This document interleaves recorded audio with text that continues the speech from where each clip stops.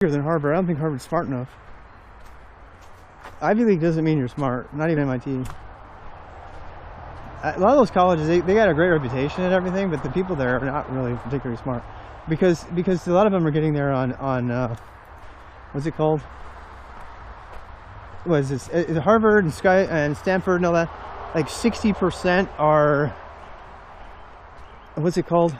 There's a word for it. It's when you go because your parents went.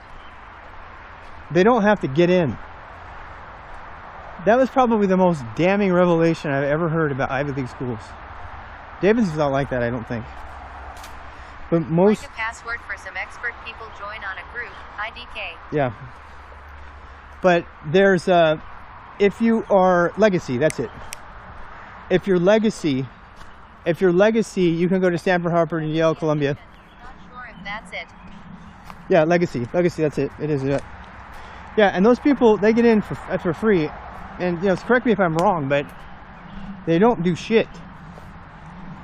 They don't do shit. They don't have to earn it or anything. I cannot possibly believe somebody who would kick their ass to get into a great school would want to hang out with somebody who got in with legacy and didn't even earn it with a C grade average. Because there are a ton of people at Harvard. It's the biggest dirty secret of all that nobody talks about. Harvard, Stanford, and all these big, Columbia, every place like that. There's people in there that had shitty grades. And I know because some of my guys are actually legacy and they wouldn't have got in on merit. I don't want to talk about that. There's a couple people that I mentored who refused to do shit while they were with me. They were brilliant, but they got shitty grades, and they were brilliant. They just refused to play by the rules, and they just were smart, but they didn't have anything to prove they were smart. And all of a sudden, they want me to write papers for them to get them into colleges, universities. I'm like, I got nothing to show. I know you're smart. You show me every week all the awesome things you're working on, but you have not produced a single fucking piece of evidence that you've done any of that. If you had like written a blog, or you'd written up a paper about it, or you'd done anything besides just do what you wanted to do, you would actually have something to show for it. And those people got into Columbia anyway off of legacy. They couldn't get in down any other primary pick schools. None of them would take them. But the one that had legacy just walked in. C grade student.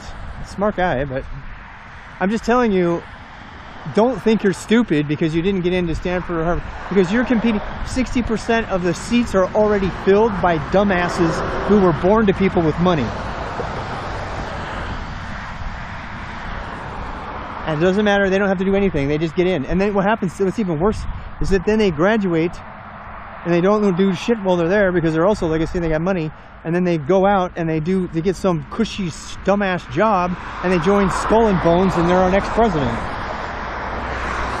You guys know about that, right? Because they know the right people. They join Skull and Bones. They don't have every single U.S. president has been a member of Skull and Bones. Like Bush going to Yale. Absolutely. Bush had no business being in Yale. Bush was like less than a C student. The dude it seems rather nice and kind these days. He was painting and stuff. I'm not trying to attack him personally, but he had no business being considered like capable of leading the free world. The problem is the bar is so fucking low for who can be our president, because it means everybody can be president. You don't get anybody who's got any education on it. Obama had education because he had to, because he's black. He had to fight harder. Hillary had to do a lot of education and stuff like that, because why? Because she's a woman. She had to fight harder. The men, it's all a big fucking boys club. It's a big boys club. They get into the thing. They don't even try. They get free money all the time. It's just, I'm going to be happy now. Find some happy things to talk about. What should we talk about that's happy? I mean, seriously, the idea that you can work really, really hard and that you can earn your way in America is a fucking lie. It's like a lie. If you truly want to break into the upper echelons like that, you really, really have to go against all of the things. And it's all set up. So these people get into the big colleges for free, and not for free. They have to pay the money. That's another reason. My friend who busted his ass, he's also probably the best head, neck, and throat surgeons in all of the region, in southern area in Utah. Brilliant. And I know he busted his ass because I was his roommate and I typed his fucking papers. He busted his ass. He got into Johns Hopkins, couldn't pay for it. He couldn't pay for it. There's no way he could scrap up that money. That was his lifelong dream. He watched MASH every day as a teen kid. I always joke with him because he was kind of clumsy. He was always spilling drinks in the thing. I said, how are you ever going to be a surgeon? One of my best friends. And I miss him, actually. I just saw pictures of him cycling the other day. And, you know, this guy, be white, be step 2, be rich, yeah. And he busted his ass to get in there. He got his dream, and then he couldn't afford it. He got his dream. He couldn't get into John. He got in there. He couldn't get, with all of the scholarships and everything. The guy was valedictorian of our fucking high school. He was also homecoming king. He was the nicest guy you would ever meet. And he still couldn't get into Johns Hopkins because he didn't have the money. And his dad was convicted of embezzling from an investment bank later. And I thought he was the richest thing that ever. It was like the greatest thing of all. And the whole entire time, he's just embezzling shit. Because he's like, he saw the 1% he was around their money enough to see that none of them played by any of the rules. So he's like, fuck that, I'm going to break all the rules too. So he steals on the money. So he starts embezzling shit. He still couldn't do it. He got caught, he lost his wife, and blah, blah, blah. It was a horrible thing. Nice guy, fantastic guy, kindest guy, one of the kindest guy I've ever been around.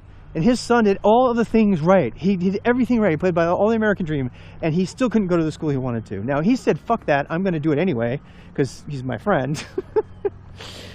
And he ended up, I don't even know. I think he went to the University of Utah, and then he got his postdoc down at Stanford. I think he got in for his master's and PhD, or his, you know.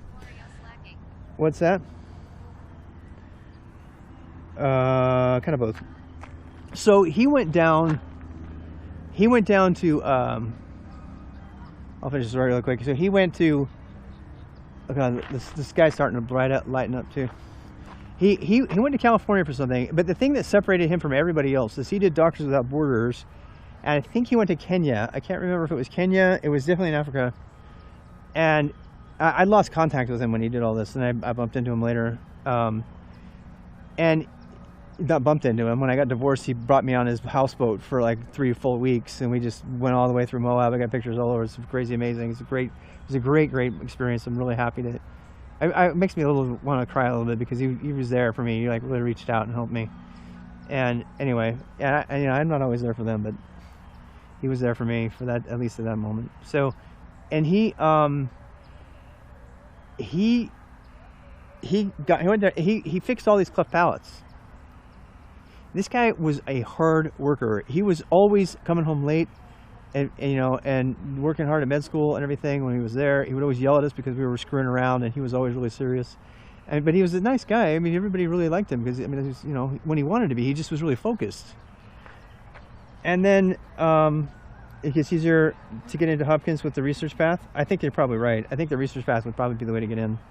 I think that probably would. But see, he was a practical. He wanted the whole entire time. He wanted to be. What's his face? He wanted to be Trapper John. Not Trapper, but the other guy. Nash, Hawkeye. His dream was to be Hawkeye because he actually kind of looked like Hawkeye. I'll show you pictures. He kind of looked like Hawkeye, and he was always talking about it, and he went down and he fixed like hundreds of cleft palates, hundreds and hundreds of cleft palates. And he specialized in head, neck, and throat surgery. And so his thing is he takes people who like cave their faces in on the windshield and he fixes them all up so they can breathe and live again. Yeah, he's a surgeon now. He's an amazing surgeon. He's one of the most renowned surgeons in the entire Utah region. He's really well known, like throughout. And they deliberately lived in a place that was kind of rural, so they would be central to lots and lots of towns. So people fly people in all the time, and he's constantly like fixing people who like totally disfigured their faces in class, you know, because that's what he does. His thing is like restoring airways and, you know, the basic vitals of people who have like really fucked their head, neck, and throat up. And that's his specialty. And so he's doing trachs all the time. The guy's amazing. He's just amazing. And he focused on the surgery that's going to save people's life the quickest, like that they have to have, because if you can't get your airway done, you're done. He's just a fucking crazy, awesome kid. He's got things about him that I don't like. I mean, just like any best friend, right? But About med specialties? Yeah, I wouldn't know. I wouldn't be able to even joke about it because I have no point of reference. But yeah, I'm gonna do the thing again, where I just kind of sit with my pack on. I can't believe I can actually sit here with my pack on. It's kind of cool, actually. Let me think about it. I'm sorry, I missed that. What was that again? Alan Alda. Yeah, that's him. Small with the back, nape of the neck, specialty. That's their specialty? Yeah, I mean, is it even a thing? I don't even know if it's really a thing to have a specialty. I just take their word for it, you know. I don't know. My specialty is for loops. My specialty is for loops. I'm really good at for loops.